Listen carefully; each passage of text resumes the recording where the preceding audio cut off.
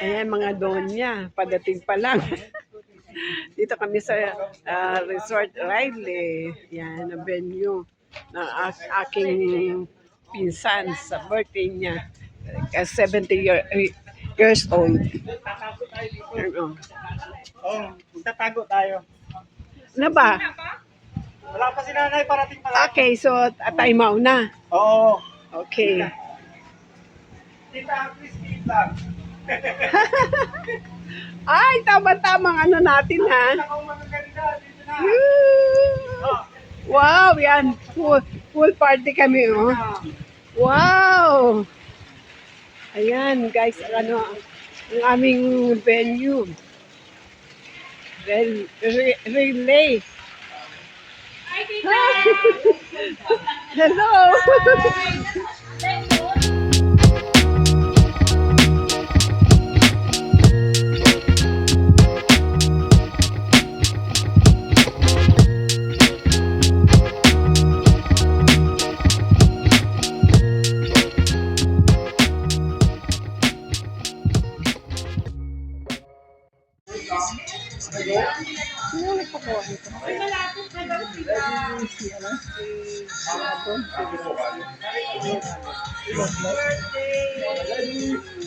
One, two, three, go! Ayun guys, umpisa na kami kasi ngayon na ang ano nito, surprise birthday ito ng aking pinsan, kaya 70 years old. Ayan. Okay everyone, dito po muna tayong lahat.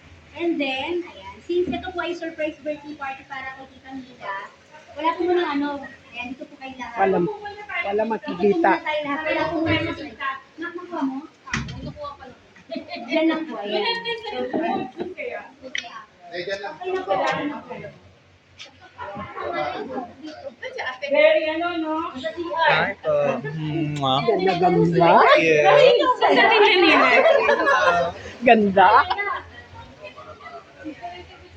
Dito lang dito. CR talaga. Wala ganyan niya sa likod. Buti na lang nauna kayo. But music natin na plan. Yung music, Party don't forget. Nakadepende sa inyo. Hinaan mo lang, kapag tagin mo tas mahinas, lakas mo na lang. Para... Hindi na nena, wala. Something nila natin CR talaga. Iyaan mo na. Magbibigyan mo sa may gitna. Sisigaw kayo ng ano. Happy, ano pa tawag din po sa kanya? Yun na, yun na. Ang patay po sa inyo. Ang patay po sa inyo. Ay, ang haba. Oo. Happy birthday lang Manila. Tagalog mo tagalog.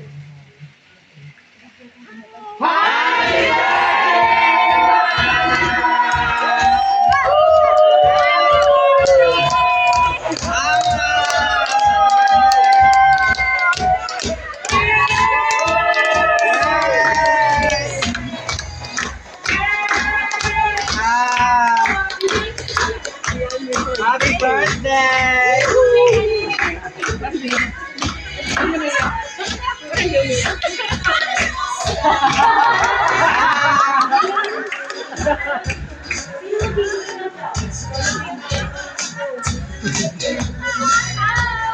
Wow!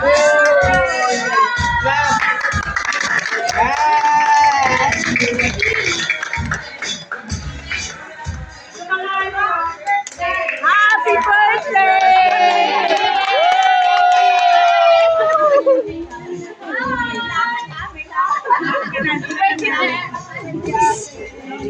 Surprise!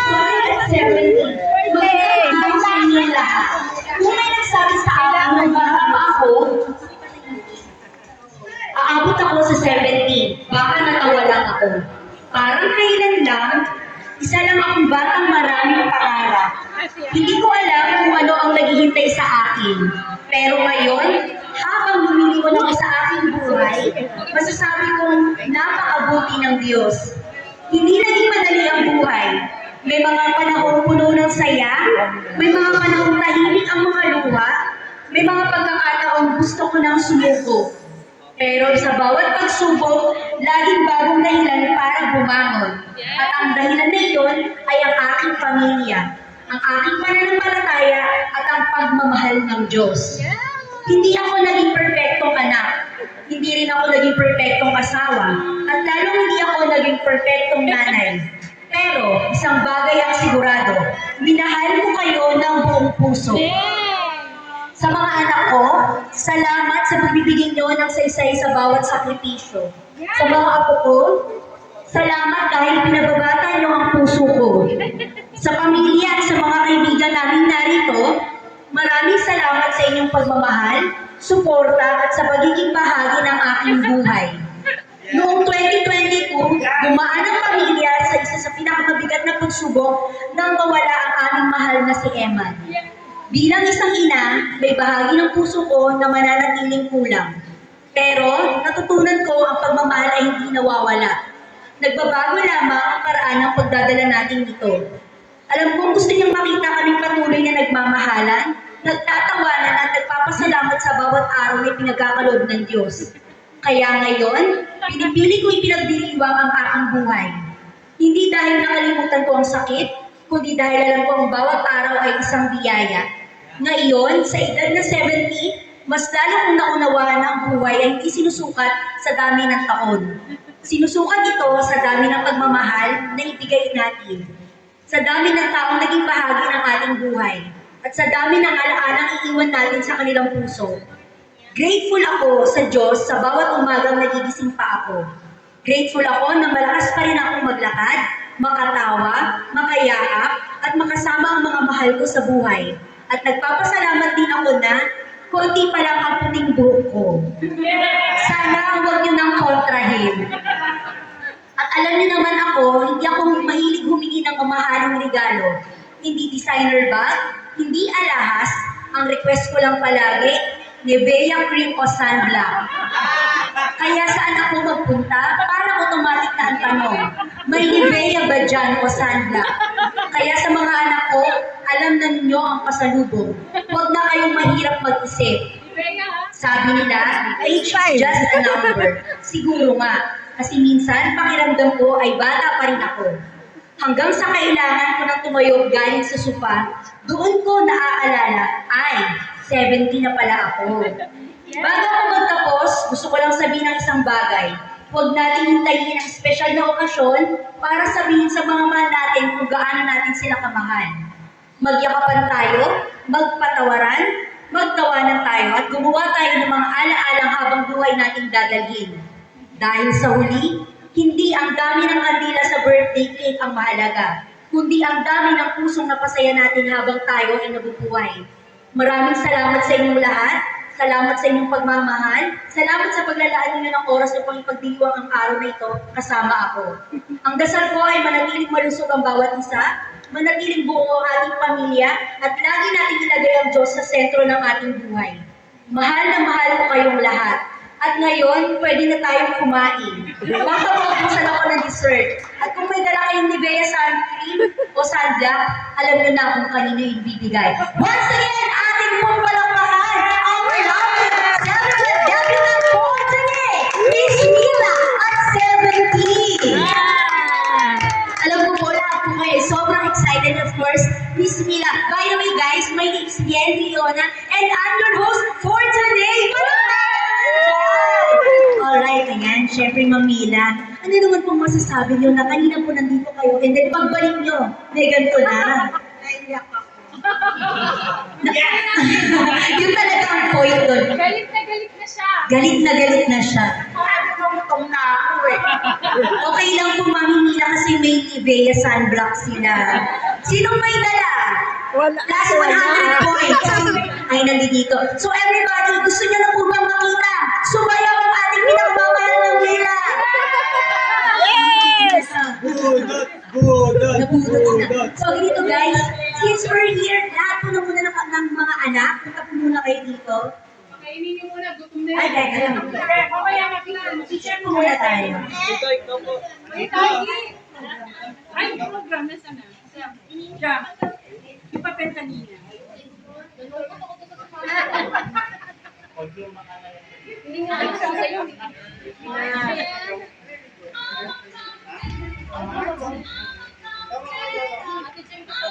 Okay, mga lumatanong ka!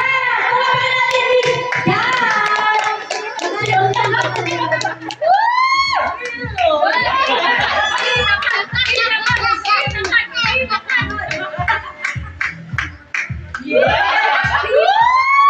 Wala mahihiya ka na ba?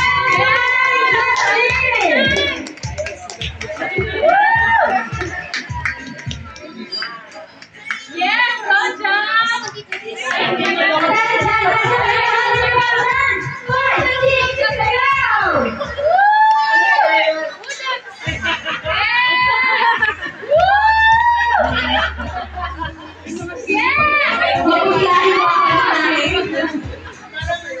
Ayan. Maraming sa kanila. Salamat sa kanilang lima.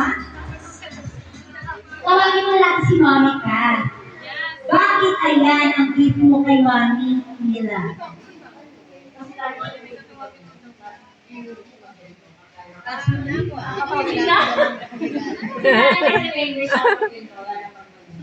Pag malamig.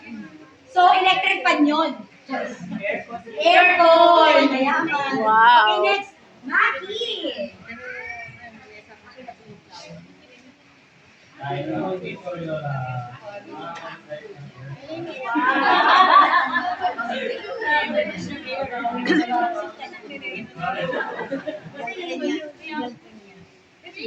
Ayan, maraming salamat, Maki. And of course, Justin.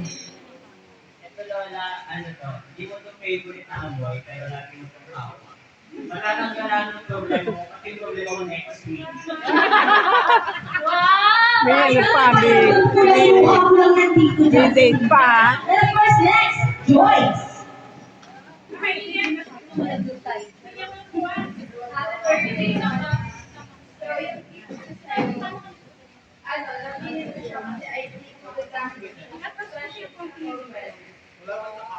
Paano mag-hot?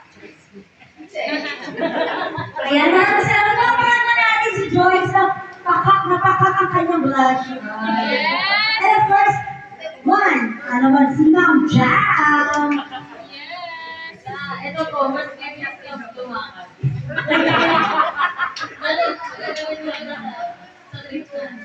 Yes! Okay, dyan bago Mami nila, tayo po muna kayo. Picture kayo one line. Anak ni... Picture kayo dito po yan.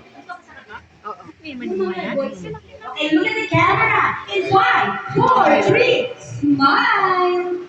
Ito po yung Joyce yan. Ayan, may nagsasalita sa kid. Pag sino, huwag mo nang pasayin ako, ikaw nagbubulis ka mamaya. Okay, pero bago ang lahat, Mami, pili ka dyan. Saan mo gusto? Gusto mo ba yung para daw maglalakad ka o yung mawawala yung problema mo?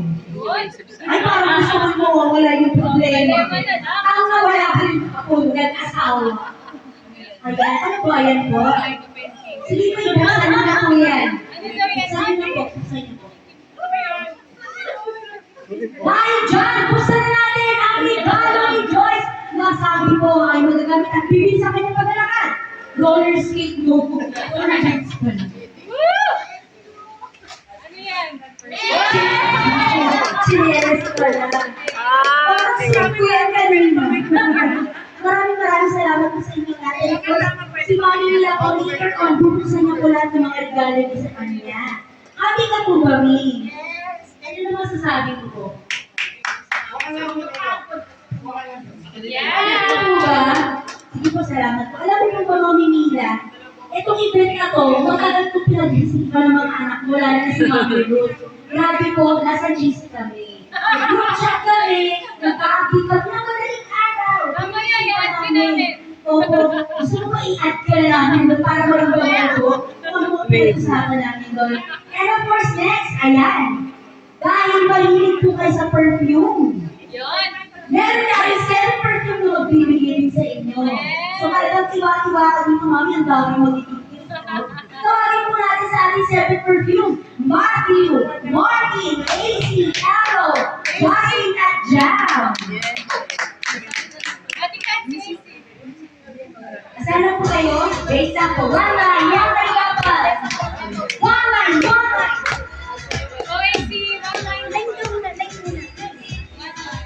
Ulitin niyo po, tawagin po natin mga